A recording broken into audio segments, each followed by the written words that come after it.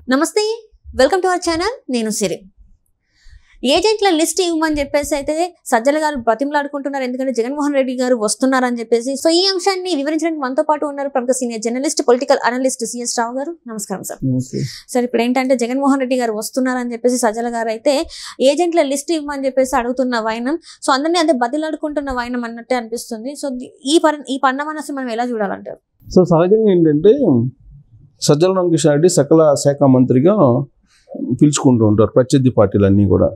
అన్నిటికీ ఆయనే, పెళ్లికి తద్దినానికి ఒకే మంత్రం అన్నట్టు సజ్జల రామకృష్ణారెడ్డి ఎన్నికలకు సంబంధించి ఏజెంట్ల నియామకంలో కానీ లేదంటే మంత్రిత్వ శాఖలకు సంబంధించిన మాట్లాడటం కానీ ఏదైనా ఆయనే వస్తూ ఉంటారు మీడియాలోకి. సరే, ఆయన సలహాదారు కాబట్టి బహుశా ఆయన వస్తున్నారేమో, బట్ కాకపోతే ఆయన ప్రతిదానికి నేనే అన్నట్టుగా వస్తూ ఉంటారు. ఇప్పుడు ఎన్నికల ప్రక్రియకు సంబంధించి మొత్తం కూడా ఆయనే చూస్తున్నట్టు కనిపిస్తుంది. సహజంగా జగన్మోహన్ రెడ్డికి ప్రధానంగా నలుగురు కనిపిస్తూ ఉంటారు ఎప్పుడు కూడా.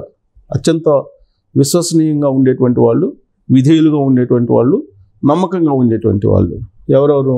వైవి సుబ్బారెడ్డి, సాయిరెడ్డి, సజ్జల రామకృష్ణారెడ్డి, పెద్దిరెడ్డి రామచంద్రారెడ్డి, ఈ నలుగురు కనిపిస్తూ ఉంటారు. ఈ నలుగురు ప్యారలల్గా గత 5 సంవత్సరాల నుంచి కనిపిస్తూ వచ్చారు. కానీ ఇప్పుడు మిగతా ముగ్గురు ఎవరైతే ఉన్నారో వాళ్ళు అంత చురుగ్గా కనిపించట్లేదు.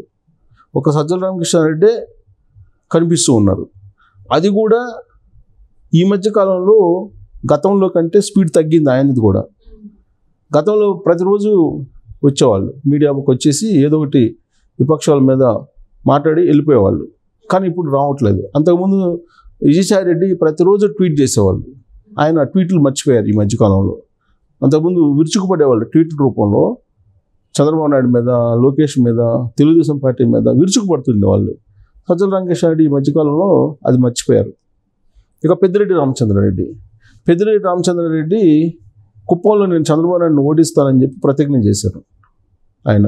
ఇప్పుడు ఆయన పొంగనూరులో ఆయన పరిస్థితి ఏంది, మెజారిటీ ఎంత వస్తుందో తెలియనటువంటి పరిస్థితి. సరే, గెలుపు ఓటమి తీసేస్తే గెలుస్తారని అంటున్నారు కానీ బట్ అసలు మెజారిటీ ఎంత వస్తుంది అనేది కూడా ఆయనకు అర్థం కానటువంటి పరిస్థితిలో ఆయన ఉన్నారు.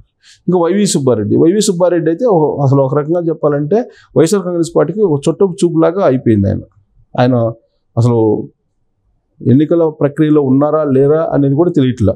ఎందుకంటే ఆయన ఒంగోలు ఎంపీ స్థానాన్ని ఎక్స్పెక్ట్ చేశారు, కానీ ఒంగోలు ఎంపీ స్థానాన్ని ఇవ్వలేదు. ఇవ్వకపోగా ఆయన ఎవరినైతే వద్దన్నారో ఒంగోలుకి ఎమ్మెల్యే అభ్యర్థిగా ఆయనకే ఇవ్వడం జరిగింది, బాలినేని శ్రీనివాసరెడ్డికి. వైవి సుబ్బారెడ్డి వద్దన్నారు కానీ ఇచ్చారు బాలినేని శ్రీనివాసరెడ్డికి. ఎక్కడో చిత్తూరు జిల్లా నుంచి ఒంగోలు ఎంపీగా చివిరెడ్డి భాస్కర్రెడ్డిని తీసుకొచ్చారు. ఇవన్నీ కూడా ఆయనకి నచ్చినటువంటి అంశాలుగా వైఎస్ఆర్ కాంగ్రెస్ పార్టీలో చెప్పుకుంటూ ఉంటారు. పైగా ఆయనకు వైవి సుబ్బారెడ్డికి అందుకే ఆయనకు రాజ్యసభ ఇచ్చేసి అటు పంపించేశారు. అందుకే ఈ ఎలక్షన్ ప్రక్రియ మొత్తానికి కూడా దూరంగా ఉన్నారు. ఇప్పుడు కొద్దిగా గొప్ప కనిపిస్తుంది ఎవరంటే సజ్జల రామకృష్ణారెడ్డి. సో జగన్మోహన్ రెడ్డి ఏది చెప్పినా కానీ, లండన్ నుంచి చెప్పినా లేదంటే ఇంకో ప్లేస్ నుంచి చెప్పినా కానీ సజ్జల రామకృష్ణారెడ్డికి చెప్తారు. ఈ సజ్జల రామకృష్ణారెడ్డితో పాటు ఇంకొక షాడో ఉన్నారు. Shadow IAS chief secretary Jawahar Reddy కాదు, సీఎం ఆఫీస్లో ఉన్నటువంటి ఒక షాడో ఐఏఎస్ ఉన్నారు. ఆయన ఎలక్షన్ ప్రక్రియలో పార్టిసిపేట్ చేయకూడదు, కోడ్ ఉంది కాబట్టి. కానీ మేనిఫెస్టో విడుదల సందర్భంగా ఆయన కూడా ఉన్నాడు. వైఎస్ఆర్ కాంగ్రెస్ పార్టీ మేనిఫెస్టో విడుదల సందర్భంగా ఆయన యాక్చువల్గా ఉండకూడదు. ఎన్నికల కోడ్ అమల్లో ఉన్నప్పుడు ఈ రాజకీయపరమైనటువంటి అంశాలకు దూరంగా ఉండాలి. కానీ ఆయన వైఎస్ఆర్ కాంగ్రెస్ పార్టీ మేనిఫెస్టో విడుదల సందర్భంగా పక్కనే ఉన్నాడు ఆయన. ఇప్పుడు ఆయన సీఎం ఆఫీస్ నుంచి మొత్తం ఎన్నికల ప్రక్రియని వైఎస్ఆర్ కాంగ్రెస్ పార్టీ తరఫు నుంచి నడుపుతున్నారు ఒక షాడో లాగా. సజ్జల రామకృష్ణారెడ్డి లాగా మీడియా ముందుకు వచ్చి మాట్లాడకపోయినప్పటికీ కూడా సజ్జల రామకృష్ణారెడ్డి కంటే ఎక్కువగా ఒక షాడో మాదిరిగా కౌంటింగ్కి సంబంధించి ఏర్పాట్లు ఏ విధంగా ఉండాలి, కౌంటింగ్కి సంబంధించి ఏజెంట్లను ఎవరిని పెట్టాలి, ఎలాంటి వాళ్ళని పెట్టాలి అనే దాని మీద ఆయన షాడో లాగా వెనక నుంచి గైడెన్స్ ఇస్తూ ఉన్నారు. సజ్జల రామకృష్ణారెడ్డి మైక్ ముందుకు వచ్చి ప్రజెంట్ చేస్తూ ఉన్నారు. సజ్జల రామకృష్ణారెడ్డి రీసెంట్గా ఏం చెప్పారు?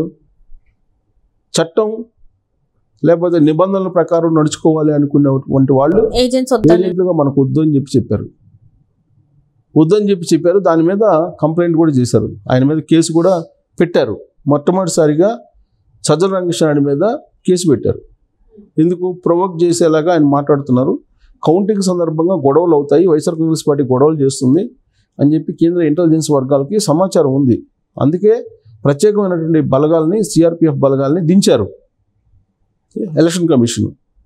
ఇంత జరుగుతూ ఉంటే ఇంకా ప్రొవోక్ చేసేలాగా వైఎస్ఆర్ కాంగ్రెస్ పార్టీకి సంబంధించినటువంటి ప్రభుత్వ సలహాదారుగా ఉన్నటువంటి సజ్జల రామకృష్ణారెడ్డి నిబంధనలు, చట్టాల గురించి చట్టంగా అనుగుణంగా పోతాం, నిబంధనల ప్రకారం పోతాం అనుకున్నటువంటి ఏజెంట్లు మనకు అవసరం లేదు కౌంటింగ్ రోజు.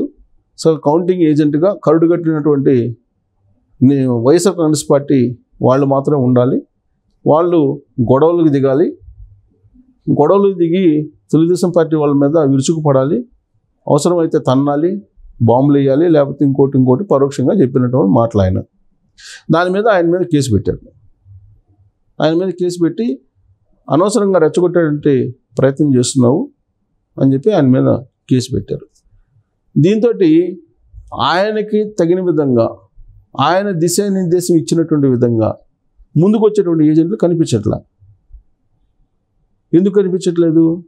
సర్వేలు చూస్తుంటే కనుక తెలుగుదేశం పార్టీ అధికారంలోకి వస్తుందని చెప్పి కళ్ళెదురు కనిపిస్తూ ఉంది. అనేకమైనటువంటి సర్వేలు అదే చెప్తూ ఉన్నాయి. ఎగ్జిట్ పోల్ లీకులు కూడా అదే ఉన్నాయి. ఇలాంటి సందర్భంలో కౌంటింగ్కి వచ్చి తెలుగుదేశం పార్టీ వాళ్ళ మీద విరుచుకుపడి వాళ్ళ మీద గొడవ పెట్టుకొని కేసులు పెట్టించుకుంటే వాళ్ళ భవిష్యత్తు ఏమవుతుంది? అధికారం మారిపోతుంది. అధికారంలో ఉంటే ఓకే, కేసులు పెట్టరు. ఒకవేళ తెలుగుదేశం పార్టీ వాళ్ళని కొట్టినా కానీ, తెలుగుదేశం పార్టీ వాళ్ళు పోయి కేసు పెట్టినా కానీ పోలీస్ స్టేషన్లో వైఎస్ఆర్ కాంగ్రెస్ పార్టీ వాళ్ళ మీద కేసు పెట్టాల. చాలా సందర్భాల్లో అదే జరిగింది కదా గత 5 సంవత్సరాల నుంచి. సో ఇప్పుడు కౌంటింగ్ రోజున ఒకవేళ గొడవ పడితే, ప్రభుత్వం మారిపోతే అప్పుడైతే ఖచ్చితంగా వీళ్ళు జైల్లో పంపిస్తారుగా వీళ్ళని, మారినటువంటి ప్రభుత్వం తెలుగుదేశం పార్టీ ప్రభుత్వం.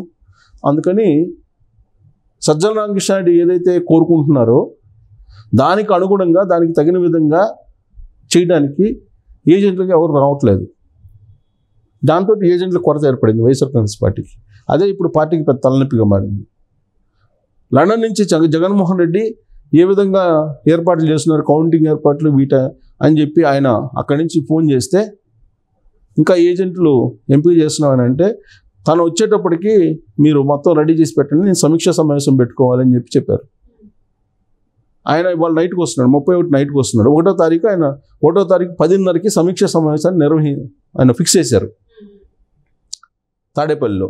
10:30 కల్లా సమీక్ష సమావేశాన్ని పెడతాను, ఆ సమీక్ష సమావేశం సందర్భంగా అందరికీ నేను దిశానిర్దేశం చేస్తాను, ఈలోపు ఏజెంట్లందరినీ ఎంపిక చేసేసేయండి అని చెప్పి ఒక ఆర్డర్ పాస్ చేశారు త్రూ ఫోన్ ద్వారా అని చెప్పి వైఎస్ఆర్ కాంగ్రెస్ పార్టీలో నడుస్తుంది చర్చ. అయితే ఏజెంట్లు ఎంతమంది కావాలో అంతమంది దొరకట్లేదు. ఒకవేళ ఎవరైనా ఉన్నా కానీ చట్ట ప్రకారం, నిబంధనల ప్రకారం పోయేవాళ్ళు ఉన్నారు తప్పితే, చట్టానికి విరుద్ధంగా, నిబంధనలకు విరుద్ధంగా నడుచుకొని గొడవలు చేయడానికి ఎవరు సిద్ధపడటం లేదు అనేది తెలుస్తుంది. సో ఆ క్రమంలో ఆయన బతిమలాడుకుంటున్నారు సజ్జల రామకృష్ణారెడ్డి.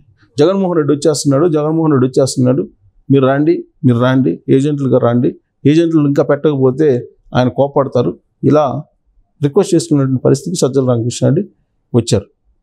వైఎస్ఆర్ కాంగ్రెస్ పార్టీ పరిస్థితి ఇలా ఉంది. 10:30కి 1వ తారీఖు అంటే శనివారం రోజు 10:30కి రివ్యూ మీటింగ్ జగన్మోహన్ రెడ్డి పెడుతున్నారు.